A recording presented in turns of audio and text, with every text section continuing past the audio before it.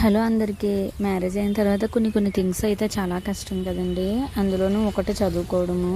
But తప్పదు. నాది D.Ed అయిన వెంటనే మ్యారేజ్ అవ్వడం వల్ల నేను కొన్ని డిగ్రీ చేయలేకపోయాను. ఆల్మోస్ట్ ఒక 5 ఇయర్స్ నుంచి డిస్టెన్స్లో రాస్తున్నాము. ఎందుకంటే వాళ్ళు సరైన టైంకి పెట్టట్లేదు. అందువల్ల అలా రాస్తూనే ఉన్నాము.